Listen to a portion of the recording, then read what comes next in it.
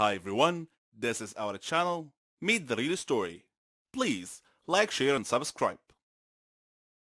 Everyone has people who love, respect, and worry about them, and we sometimes make sacrifices to make them happy. Have you ever asked yourself how much you would be willing to sacrifice if a loved one really needed help? How far will you be willing to go? If you want to know the answer, then please listen to my story. My name is Carla, and I'm 18 years old. I live with my parents and my two brothers, Kevin and Warren. My father worked at a gas cylinder factory. It was a dangerous job, but in our city, available jobs were very limited. My mother was a housewife. She took good care of us. Our life was quite simple. Despite the long working hours, Dad would come home and always make the time to play and joke around with us.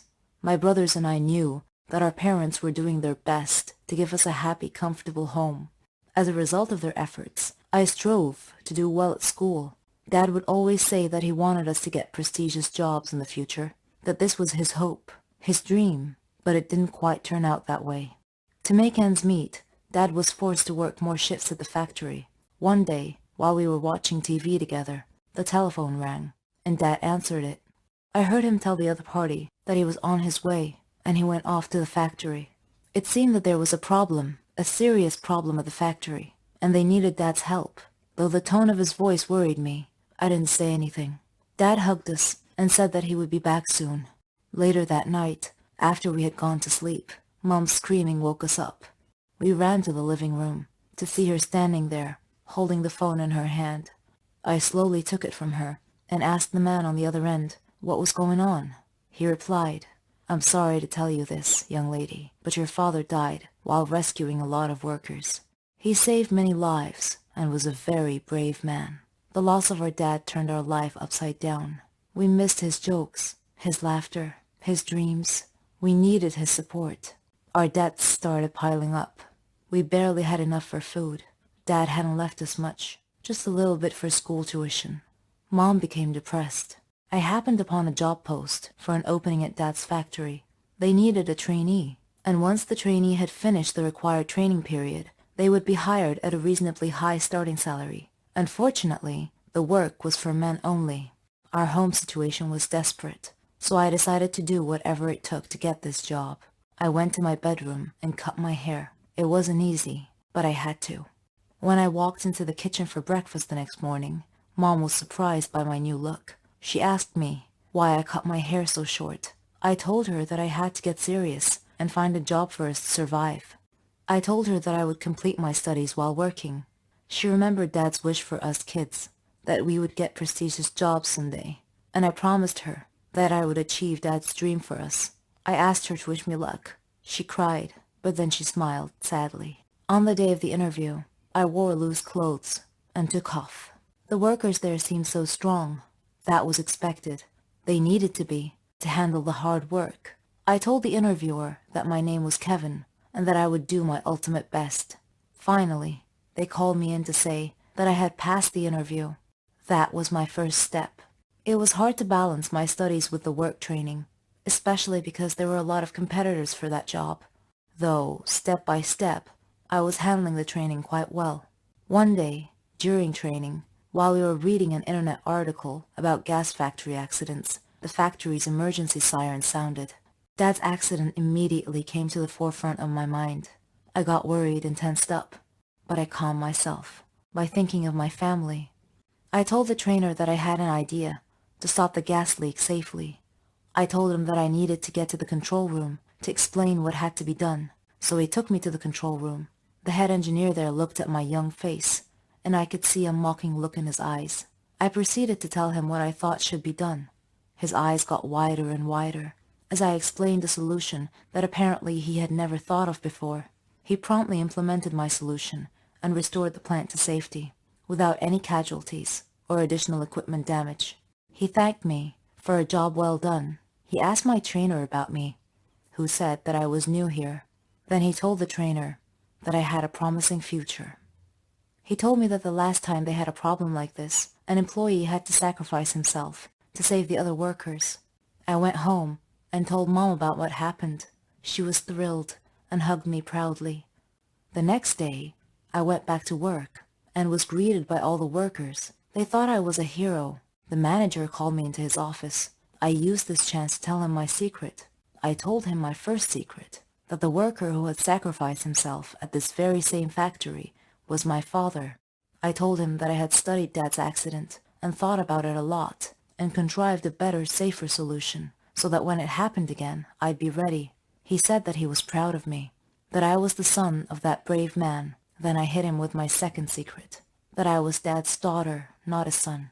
He was shocked, but he didn't react as I had expected. He placed a hand on my shoulder and told me that I was braver than most of the men at his factory. As a reward for both my dad and I helping save lives at the factory, he gave me a raise and a cash bonus too. I returned home with the cash bonus, and I told my family about my day. They all hugged me and cried tears of happiness.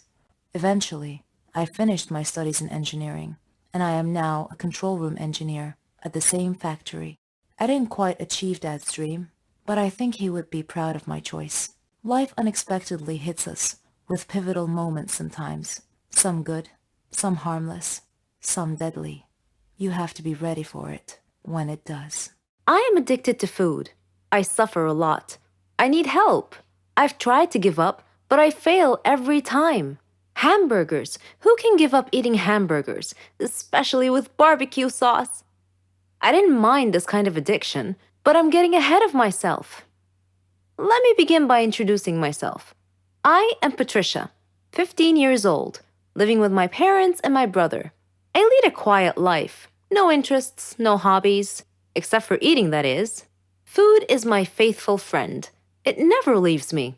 It is my partner, my soulmate. But having food as your soulmate has insidious side effects. A dark side, if you will.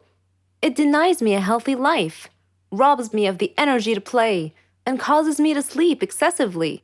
I would much rather stay at home with a bag of potato chips than go out and exercise. My soulmate ultimately betrayed me, though, last Thanksgiving at my granny's home. She lives in a state nearby. Granny was a clever doctor and an excellent cook at that. She could conjure up something really delicious. On that day, she had prepared barbecue turkey with nuts and other secret recipe ingredients. The taste was so great, as if it had descended from heaven itself. I felt like I was fighting a food war, and I had to win at all costs. I ate and ate and ate. I don't know why, but I just couldn't control myself. I attacked that turkey like it was the last on the planet. But every culinary war with a worthy adversary, such as the barbecued turkey, has its own unique type of casualties. Suddenly, I found myself unable to breathe. I fell to my knees and passed out.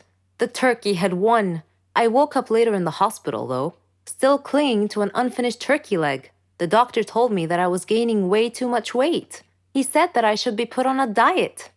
Diet? Man, how I hated that word. It hung over my head like the sword of Damocles. It meant depriving me of my passion, my reason for living. I considered eating vegetables in small amounts to be the worst form of cruel and unusual punishment, the worst form of torture imaginable. Imagine thinking of a wonderful, greasy, cheese-laden pizza with all the toppings and then suddenly opening your eyes to find a healthy green salad bowl. But I had reached a turning point in life. One day, my brother was playing on the street, while I was sitting at home gazing longingly at a tempting piece of cheesecake, just sitting there, taunting, daring me to eat it. I struggled mightily to resist the urge, but in the end I succumbed and wolfed it down like a starving animal. Shortly afterwards, I began feeling dizzy, but I was unable to call for help this time, and then I passed out again. I was taken to the hospital. While lying in the hospital bed, half conscious, I overheard the doctor say to someone, she needs to stop eating or it will be the death of her. I thought to myself, whoa, death? So I made up my mind right then, right there. I resolved to fight a new war, a war against my appetite. On our way back home, I told my father that I wanted to see a nutritionist. He was delighted to hear that. Later, at the clinic, the doctor welcomed us in. She told me how to overcome my eating fetish. She gave me a strict diet regimen with a schedule full of healthy meals. I kept telling myself that winning this war was possible. I simply had to be patient and persevere. I stuck to the strict diet and did some physical workouts. My parents supported me wholeheartedly. I was enthusiastic. I can totally do this. A week passed quickly, and I eagerly visited the doctor to receive some good news. When the doctor weighed me and told me that my weight hadn't changed at all, I was crestfallen. She looked at me and asked me, how was this possible? I told her I didn't know, because I was following her diet thoroughly, though it did require a tremendous effort on my part. Another week passed, and again I went to the doctor. The results were the same. She said to me, Patricia, are you sure you're following the diet I prescribed for you? I said yes. She sat there wondering. Then she told me with a puzzled look on her face, it's odd, but your weight is increasing, not decreasing. This unexpected piece of news mystified me. Another week passed. No change. The doctor was nonplussed. I returned home with a dejected look on my face. My father asked me what was wrong. And when I told him, he laughed. Do you believe that? My father actually laughed at my predicament. I was furious. He gestured an apology with his hand and then told me that it was my own fault. I was puzzled. What are you talking about? He told me that I had been sleepwalking to the refrigerator every night and eating everything in sight. I was taken aback. I couldn't believe it. Stop acting like you didn't know it, he said. You must have been awake. I replied, no, Father, I'm not acting. I was truly unaware that I've been sleepwalking and eating in my sleep. But now that we've finally solved the mystery of the increasing weight, we returned to the doctor with this new information and told her the situation. She laughed and told me that my discipline had denied my body the food it craved, but my brain had refused to cooperate and had overridden my will by urging me to eat in a subconscious state. She told me not to worry, though, that she could treat that. Armed with this knowledge and her support, and the support of my family, I felt that I could finally win this war. Hi, I'm Samantha. What is the biggest shock you've ever experienced in your life? Have you ever shocked your family, parents, siblings? What if you were to discover that the people you live with aren't really your blood relatives? Please listen to my story and advise me. I'm an only daughter to a lovely, kind, and generous family. They have given me the moon. Our life was stable, and my parents would sacrifice anything to make me happy. I loved them dearly. But unfortunately, I have discovered a shocking truth. We were moving into a new home, a villa that my father had bought. I loved reading a lot, and I had a lot of books in my father's study. I entered the study to collect the books for the move. While doing so, I dropped some files from his desk. As I was gathering them up from the floor, I found a picture of me with a strange man. I thought he was perhaps one of our relatives, or a friend of my dad's. There was a date on the photo, which happened to be my birthday. My curiosity led me to look through the file. I found my birth certificate with my name on it, but the father's name was not the man that I currently knew as my father. There was also a photo of this man with my mom, as bride and groom, and a marriage certificate that had my mother's name and the name of a strange man. There was also a birth certificate that had my name and the name of my current father. Many thoughts flashed through my mind as I realized that my dad, whom I was living with, wasn't my real dad. I desperately wanted to speak with my parents about this, but I was afraid that I might not want to know the truth. We moved to our new villa. My mood changed. I became gloomy and spent a lot of time thinking. My parents noticed my mood change and asked me what's wrong. I found the date of the man's death and I went to see his gravesite. There, I felt a hand on my shoulder. I was surprised enough to turn around and see my father. Mom was with him. After we returned home, they told me the story. The man with me in the picture was my real biological father, but he died in a terrible car accident when I was 3 months old. My parents showed me the related newspaper clipping. My mother was poor and couldn't make ends meet. She met my current father, who supported her and me. They subsequently fell in love and got married. He couldn't have children of his own, so he adopted me and gave me his name. This man gave me everything: love, encouragement, and support. He was as kind as a real father could be. I was shocked when I learned of all this. Should I accept and love this man as my father and stay with him? Or should I revere my deceased father in the picture as my father? I'm so confused.